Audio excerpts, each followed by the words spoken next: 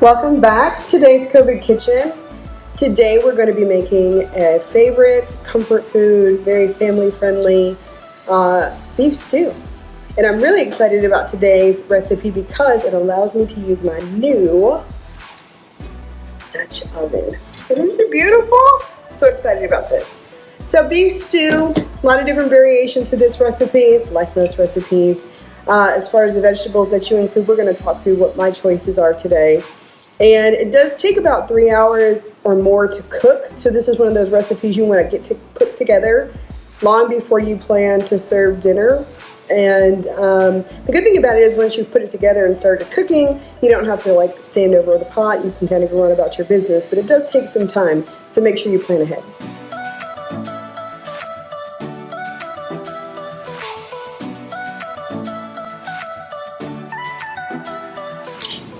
The first step, as always, is mise en place. I'm going to talk through all of the ingredients that I have chosen for this recipe. Starting with the vegetables, so I'm a big fan of green beans, carrots, and potatoes in my beef stew. Some people like to go with peas instead. Totally a personal preference. Some people do them without the green vegetable and they just stick to the traditional potatoes and carrots. You're always going to definitely want to use onion and garlic for this recipe. Moving along through our ingredients list, right here I have some beef broth. You need about 3.5 to 4 cups. About a pound of stew beef trimmed and cut into small pieces. I've got some all-purpose flour here, freshly ground pepper, salt, vegetable oil, which we're going to use to brown our beef in our first cooking step, vinegar. I've got some, these are slightly debatable ingredients, these last couple I'm going to go through. I've got some Worcestershire sauce and balsamic vinegar, as well as red wine. That one's not so debatable. I would make that a must-have every time, about a cup of red wine. And then I've got some tomato paste here. So the first step in our cooking process is going to be to brown this beef. And what we're going to do is we're going to coat it in flour with some pepper blended in, and then we're going to cook it in vegetable oil. You're going to get it nice and brown all the way around. Now here's a little trick for dusting your meat with flour, and I use this when I'm doing deep fried chicken or anything like that. Take a grocery bag. Brown paper bags are preferable, but they're a little hard to come by nowadays. You can also use plastic bags, although sometimes these have holes in them, so I double bag them. Mix your flour, your pepper, whatever seasonings you're using together, put them in the bag, and then add your meat and shake it up real good and make sure they're coated.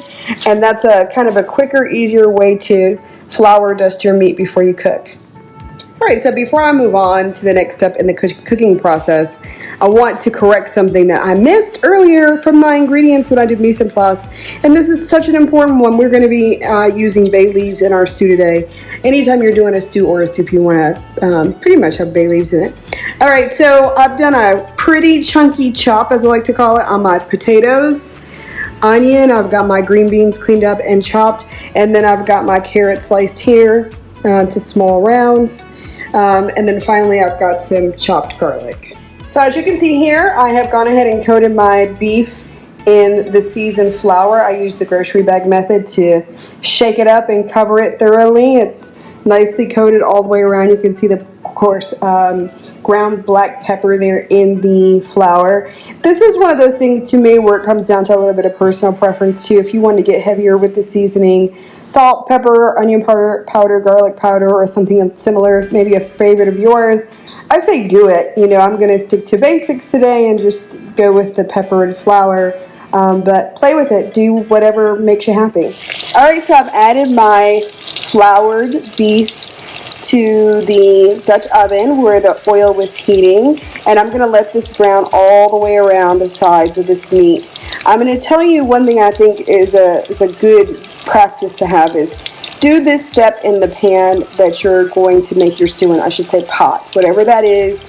Brown your meat in it, and the reason why is because we're going to get some good drippings and some browning off of this meat from this step, and we want that in our stew. We want that flavor in our stew. So do this all in the same pot.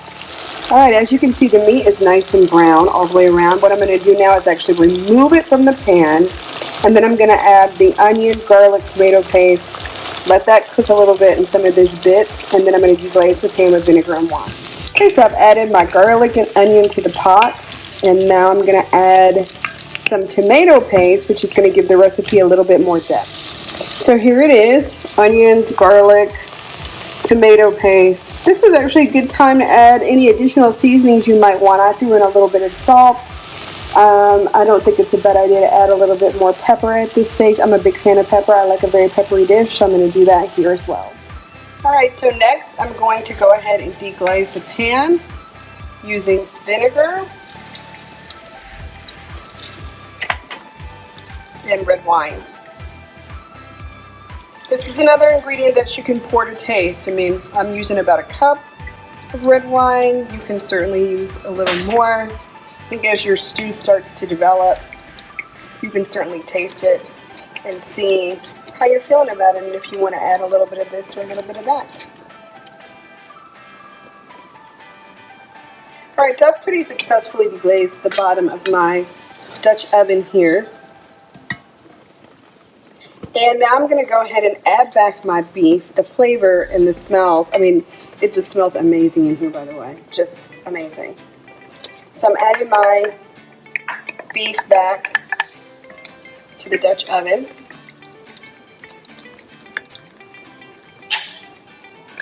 I'm going to go ahead and add my bay leaves and broth to this mixture.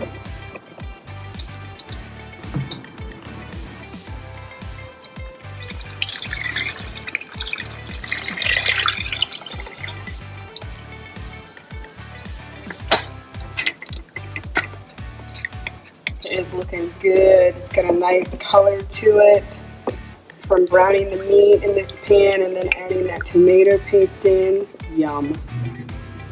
Alright, so here's what happens next. I've added my beef, my broth, my bay leaves. I'm actually going to turn the temperature up on this thing and bring it to a boil. And then I'm going to reduce and let it simmer for about an hour and a half while the beef tenderizes.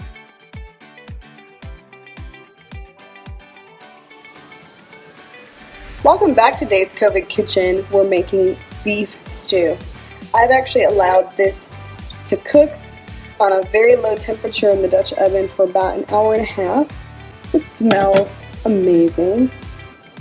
Now what I'm going to do is add my vegetables. And once I've done that, this just needs to cook for about another 30 minutes or so before it's done. And I'm actually going to keep it on low temp after adding these vegetables. So I've got green beans, carrots, and a whole lot of potatoes.